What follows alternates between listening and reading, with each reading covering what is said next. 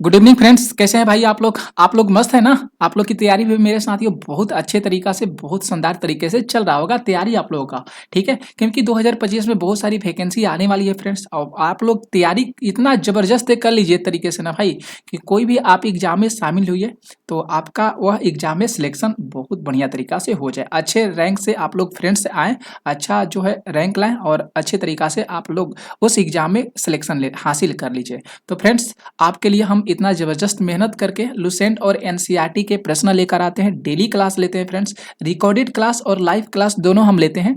Live class मेरे साथियों 7 बजे चलती है, उसमें भी भाई लुसेंट और एनसीईआरटी के प्रश्न लाते हैं, टॉपिक वाइज लाते हैं। ठीक है, और मिक्स कंटेंट के भी तौर पे कभी कभी आप लोगों की क्लास भी ले लेते हैं। ये तो मिक्स कंटेंट है। ठीक है, आप लोग यहाँ पे देख सकते हैं मिक्स क्वेश्चन है, सेट नंबर 10 हो जाएगा और क्लास हम लोग का 17वां हो जाएगा। ठीक है, सारे प्रश्न परीक्षा की दृष्टि से इंपॉर्टेंस होता है भाई, आप लोग को बार बार हम बोलते रहते हैं।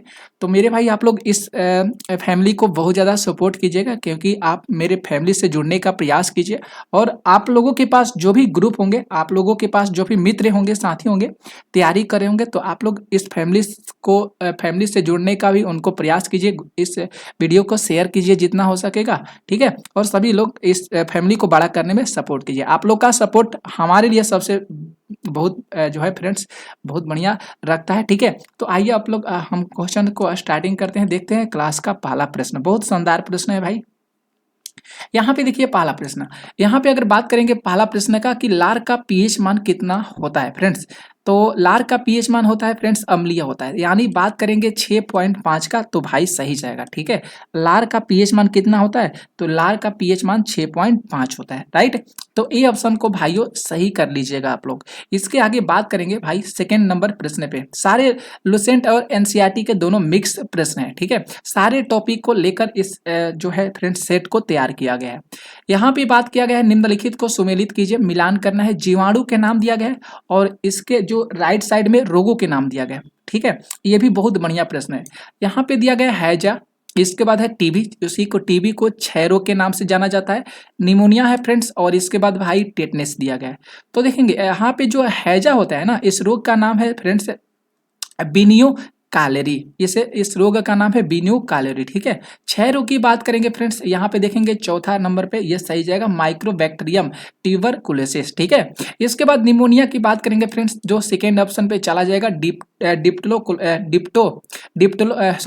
Diplococcus pneumoniae. इसके बाद टेटनेस की बात करेंगे फ्रेंड्स, क्लोस्ट्रीडियम टिटोनी, यहाँ पे सही टिटेनी सही जाएगा। ठीक है, नाम तो थोड़ा सा शब्द इसका लैंग्वेज देख सकते हैं ना कितना थोड़ा सा अटपटा है, लेकिन याद रखना आप लोगों के लिए बहुत जरूरी है। मस्त प्रश्न है फ्रेंड्स, शानदार प्रश्न है।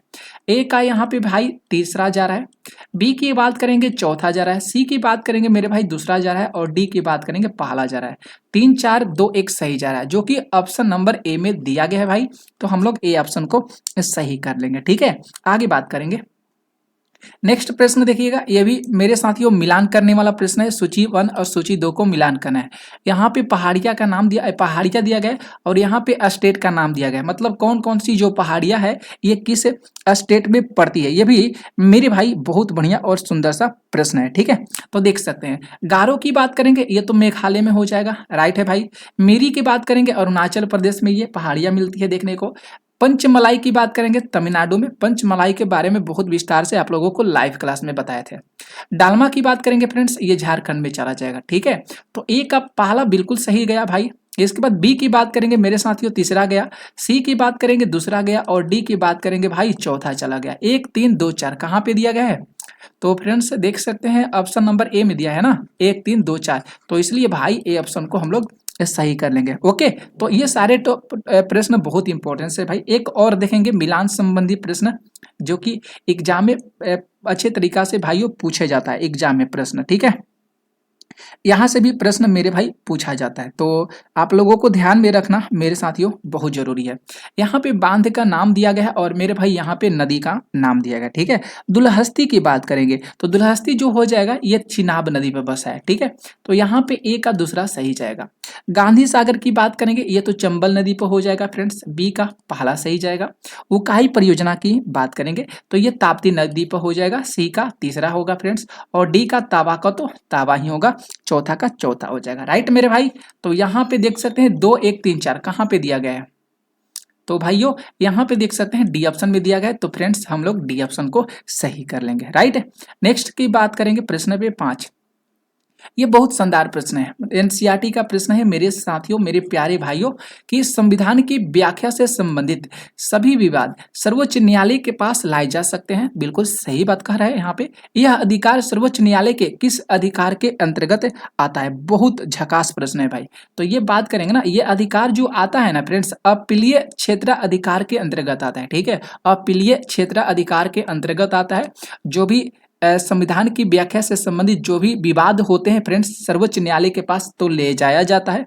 और ये जो सर्वोच्च न्यायालय के किस अधिकार के अंतर्गत आता है मेरे भाई, तो अपीलीय क्षेत्र अधिकार के अंतर्गत आता है। तो भाइयों यहाँ पे सी ऑप्शन सही चला जाएगा। 6 प्रश्न की बात करेंगे फ्रेंड्स। यहाँ पे 6 प्रश्न है कि निम्नलिखित में से कौन सा स्टेटमेंट से यहाँ पे सही जाएगा। यहाँ अगर बात करेंगे, पहला जो स्टेटमेंट्स दिया गया है नाबार्ड, ठीक है। नाबार्ड जो है देश में कृषि और ग्रामीण विकास हेतु वित्त उपबंध कराने वाला शीर्ष संस्था है। हाँ भाई, ये बिल्कुल सही मतलब सही स्टेटमेंट्स कर रहा है। नाबार्ड का मुख्यालय मुंबई में है। हाँ भाई, बिल्कुल ये भी सही जा रहा है। तो मेरे साथियों पहला और दूसरा दोनों सही जा रहा है। किस ऑप्शन में दिया गया है? तो भाई सी ऑप्शन में दिया गया है, पहला और दूसरा, ठीक है। तो इसलिए यहाँ पे सी ऑप्शन साथियों सही चला जाएगा। नेक्स्ट देखिएगा प्रश्न 7 प्रश्न। 7 प्रश्न है कि विशेष आर्थिक क्षेत्र अधिनियम किस वर्ष लागू किया गया था? विशेष आर्थिक क्षेत्र अधिनियम किस वर्ष लागू किया गया? तो मेरे भाई 2006 में किया गया था। कहाँ पे है? तो डी ऑप्शन में दिया गया है फ्रेंड्स, 2006 में, ठीक है। विशेष आर्थिक क्षेत्र अधिनियम को किस वर्ष लागू किया गया था मेरे साथियों? तो 2006 में किया गया था, याद रख लीजिएगा। नेक्स्ट बात करेंगे प्रश्न ए पर। 8 नंबर प्रश्न है कि समान ताप और दाब पर सभी गैस के समान आयतन में अणुओं की संख्या समान होती है। तो ये जो भी अणुओं की संख्या जो समान होती है फ्रेंड्स, वह किसके बराबर होती है? तो अवोगाद्रो संख्या के बराबर होती है, ठीक है। यहाँ पे देख सकते हैं अवोगाद्रो है, इसके नियम पर भाई ये समान होती है। तो ऑप्शन ए मेरे साथियों, मेरे भाइयों सही जाएगा। एक बार मेरे साथियों प्लीज आप लोगों से रिक्वेस्ट है, आप लोग इस वीडियो को शेयर करिएगा जो भी आप लोगों के पास ग्रुप होंगे। आगे बात करेंगे, बंगाल विभाजन के दौरान किस तिथि को बंगाल में शोक दिवस के रूप में मनाया जाता है? तो बंगाल का जब विभाजन हुआ था 1905 में, तो बंगाल में शोक दिवस मनाया गया था। कब भाई? तो बात करेंगे 16 अगस्त 1905 को, ठीक है। 16 अगस्त 1905 को। तो राइट आंसर यहाँ पे सी जाएगा। 10 प्रश्न की बात करेंगे, राष्ट्रीय हरित अधिकरण जिसको हम लोग एनजीटी के नाम से जानते हैं, इसकी स्थापना भारत सरकार के द्वारा किस वर्ष किया गया था? तो 2010 में किया गया था। कब किया गया था भाई? तो 2010 में एनजीटी की स्थापना किया गया था, यानी राष्ट्रीय हरित अधिकरण की जो है स्थापना किया गया था। ओके, आगे बात करेंगे 11 प्रश्न पे। 11 प्रश्न है भाई कि निम्नलिखित में से कौन क्रिप्स मिशन के साथ कांग्रेस के आधिकारिक वार्ताकार थे? बहुत बढ़िया प्रश्न है भाई, बहुत झकास प्रश्न है, ठीक है। और ये एनसीईआरटी का प्रश्न है। किसका प्रश्न है? एनसीईआरटी का है। तो बात करेंगे फ्रेंड्स, जो क्रिप्स मिशन के साथ कांग्रेस के आधिकारिक जो वार्ताकार थे ना, वह पंडित जवाहरलाल नेहरू और बात करेंगे मौलाना अब्दुल कलाम आजाद जी का। ये दोनों लोग थे, दोनों व्यक्ति थे फ्रेंड्स। तो सी ऑप्शन सही जाएगा। 12 प्रश्न है कि किसी वस्तु का द्रव्यमान उसकी माप का क्या होता है? तो उसकी माप का जड़त्व होता है, ठीक है। किसी वस्तु का द्रव्यमान उसकी जड़त्व का माप होता है। किसकी जड़त्व का माप होता है? तो भाई सी ऑप्शन सही जाएगा। आगे बात करेंगे, नेक्स्ट प्रश्न है कि ध्वनि का एक महत्वपूर्ण अभिलक्षण तारत्व यानी पिच बोला जाता है, ये किस पर निर्भर करता है? तो फ्रेंड्स बात करेंगे, ये निर्भर करता है उसकी आवृत्ति पर। किस पर निर्भर करता है फ्रेंड्स? उसकी आवृत्ति पर निर्भर करता है मेरे भाई ध्वनि का तारकत्व। और ये आवृत्ति का मात्रक हर्ट्ज होता है। क्या होता है भाई? तो आवृत्ति का मात्रक जो होता है हर्ट्ज होता है, राइट। तो बी ऑप्शन सही जाएगा। 14 प्रश्न की बात करेंगे, वायु का तापमान कम होने पर सापेक्ष आर्द्रता पर क्या प्रभाव पड़ता है? तो सापेक्ष आर्द्रता पर प्रभाव यही पड़ता है, वह बढ़ जाता है। क्या होता है फ्रेंड्स? वह बढ़ जाता है, ठीक है। जब भी हवा का टेम्परेचर जब कम होगा तो वहां पे सापेक्ष आर्द्रता बढ़ जाएगा, ठीक है, आर्द्रता होता है। तो ऑप्शन ए सही जाएगा। नेक्स्ट बात करेंगे प्रश्न 15 पे कि हड़प्पा कालीन किस स्थल से खेल का मैदान मिला है? तो धौलावीरा से मिला है। कहाँ से मिला है फ्रेंड्स? धौलावीरा से मिला है। सी ऑप्शन सही जाएगा। नेक्स्ट बात करेंगे 16 प्रश्न है कि चिपको आंदोलन के जन्मदाता के रूप में किसे माना जाता है? तो फ्रेंड्स माना जाता है सुंदरलाल बहुगुणा को चिपको आंदोलन के जन्मदाता के रूप में जाना जाता है, ठीक है। तो बी ऑप्शन सही जाएगा। आगे बात करेंगे 17 प्रश्न है। 17 नंबर प्रश्न है कि मानव का हृदय कितने भागों में विभाजित किया गया है? मानव का जो हार्ट होता है ये कितने भागों में विभाजित किया गया है? तो 4 भागों में, 4 चैम्बर होते हैं। कितने चैम्बर होते हैं? 4 चैम्बर।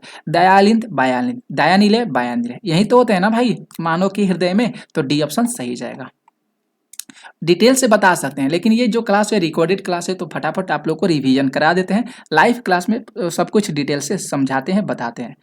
यहाँ पे प्रश्न 18 है कि वर्ष 1927 की बटलर कमेटी का क्या उद्देश्य था? बटलर कमेटी का क्या उद्देश्य था? तो भाई बटलर कमेटी का उद्देश्य था कि अंग्रेजी सरकार एवं देशी राज्यों के बीच को संबंध को सुधारना था। जो भी अंग्रेजों का सरकार था और जो देशी राज्य के बीच जो रिलेशन थे उनके संबंध को क्या करना था भाई? सुधारना था उनके रिलेशन को। ठीक है, तो बात करेंगे 19 प्रश्न पे मेरे भाइयों कि बौद्ध धर्म और जैन धर्म के किस विषय पर अंतर माना गया है? तो अंतर माना गया है फ्रेंड्स आत्मा पर। किस पर अंतर माना गया? आत्मा पर। तो ऑप्शन ए सही जाएगा। यहाँ पे 20 प्रश्न है कि किस सिख गुरुओं की हत्या मुगलों के द्वारा किया गया था? तो बात करेंगे फ्रेंड्स गुरु अर्जुन देव का और यहाँ पे गुरु तेग बहादुर जी का। ऑप्शन नंबर दोनों सही जाएगा। ये जो सिख गुरुओं की जो हत्या जो है फ्रेंड्स मुगलों के द्वारा किया गया था। मुगल के शासक बात करेंगे अकबर थे ना, अकबर जो थे मुगल के शासक थे। तो ऑप्शन ए और बी सही जाएगा, यानी मेरे भाई डी ऑप्शन सही जाएगा। 21 बात करेंगे। 21 से प्रश्न है कि महावीर स्वामी ने अपना पहला उपदेश कहाँ पे दिए थे? तो महावीर स्वामी पहला उपदेश राजगृह में दिए थे। कहाँ पे दिए थे भाई? महावीर स्वामी पहला उपदेश राजगृह में दिए थे। डी ऑप्शन सही जाएगा।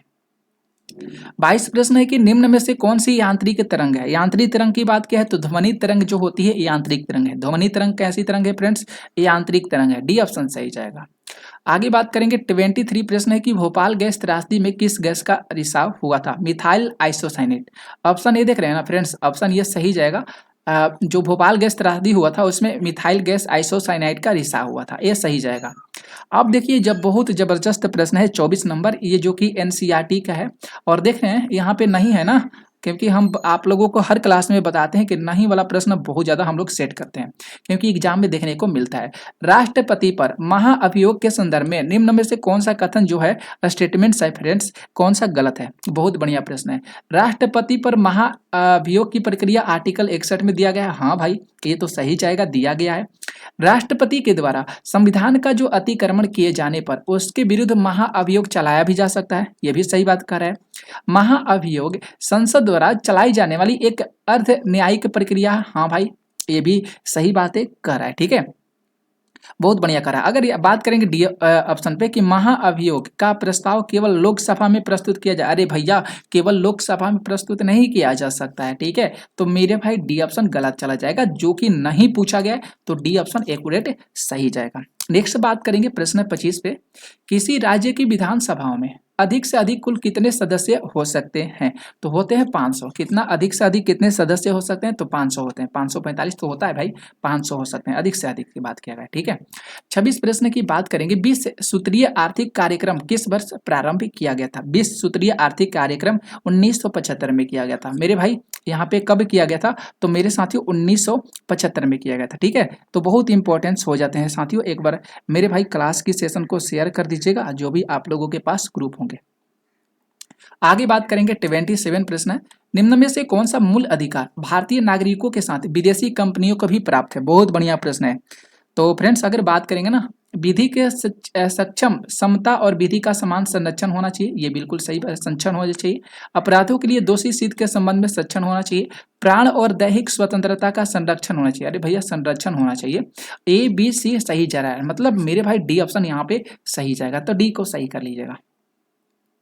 28 प्रश्न है कि बैलगाड़ी किस चित्रकार की कृति है? बैलगाड़ी किस चित्रकार की कृति है फ्रेंड्स? तो बात करेंगे अब्बुल हसन का हो जाएगा। किसका है भाई? तो अब्बुल हसन का। याद रख लीजिएगा बैलगाड़ी किसका चित्रकार की कृति है? चित्रकार की, तो अब्बुल हसन का हो जाएगा। 29 प्रश्न है कि भारत में मिश्रित अर्थव्यवस्था का क्या अर्थ होता है? भारत में मिश्रित अर्थव्यवस्था का क्या अर्थ होता है? तो मिश्रित अर्थव्यवस्था का अर्थ होता है फ्रेंड्स कि राष्ट्रीय अर्थव्यवस्था में सार्वजनिक क्षेत्र के साथ साथ निजी क्षेत्र का विद्यमान होना। मतलब भाई राष्ट्रीय जो नेशनल लेवल की जो इकोनॉमिक्स है उसके सार्वजनिक क्षेत्र के साथ निजी क्षेत्र का भी उसमें विद्यमान होना, मतलब उसमें शामिल होना। ठीक है, तो ए ऑप्शन सही कह रहा है। प्रश्न 30 है कि शाहजहांनामा के लेखक कौन है? तो शाहजहांनामा के जो लेखक हैं फ्रेंड्स इनायत खान है। कौन है भाई? इनायत खान। तो सी ऑप्शन सही जाएगा। आगे बात करेंगे 31 प्रश्न है कि बेले जली की सहायक संधि को स्वीकारने वाला दूसरा राज्य कौन सा है? तो बात करेंगे मैसूर। ठीक है, बेले जली की जो सहायक संधि है ना फ्रेंड्स, उसको एक्सेप्ट करने वाला जो स्टेट है वह है मैसूर। कौन है फ्रेंड्स? मैसूर हो जाएगा।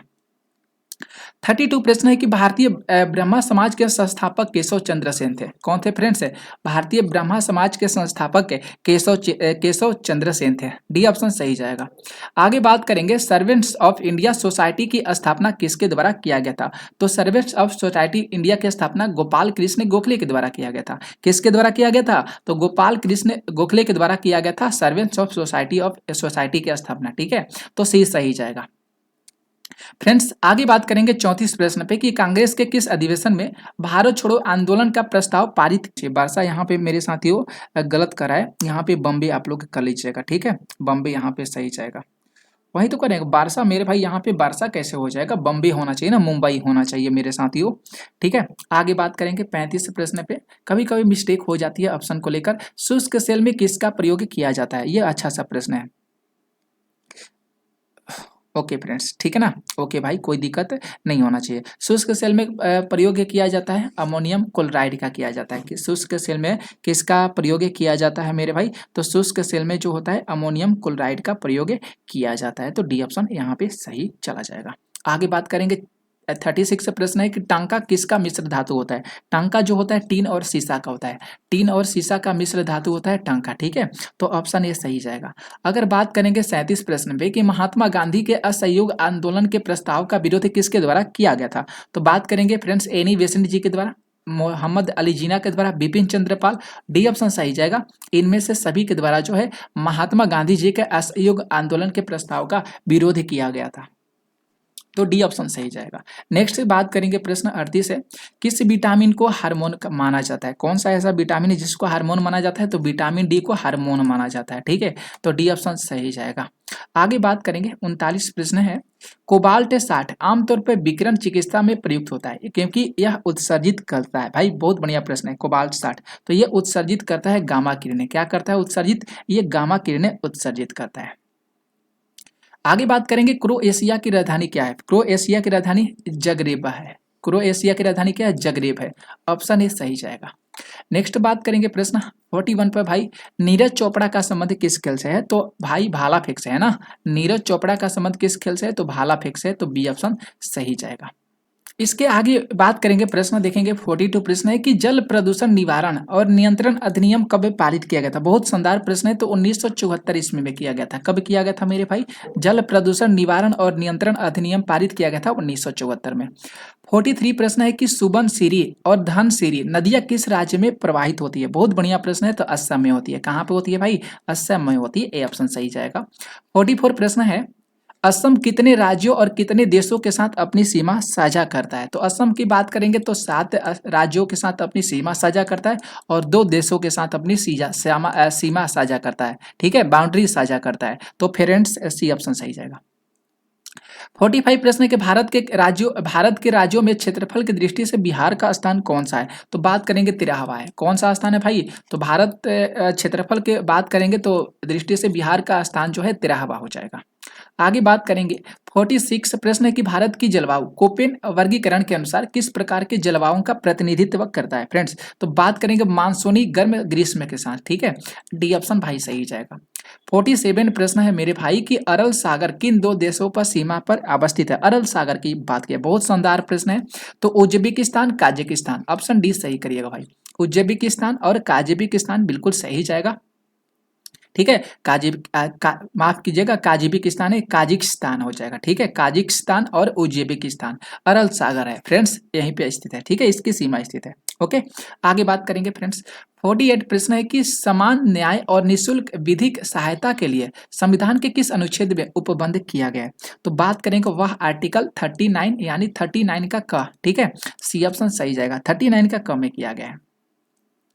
49 प्रश्न है कि आर्टिकल 21 का ए जो है किस संविधान संशोधन में इसको जोड़ा गया है, तो 86वां संविधान संशोधन के अंतर्गत जो है आर्टिकल 21 का ए में जोड़ा गया। ठीक है, तो डी ऑप्शन मेरे भाई सही जाएगा। और एक आखिरी प्रश्न है, 50 नंबर प्रश्न है, निम्नलिखित में से कौन सा युग्म सुमेलित नहीं है भाई, क्या है, सुमेलित नहीं है फ्रेंड्स।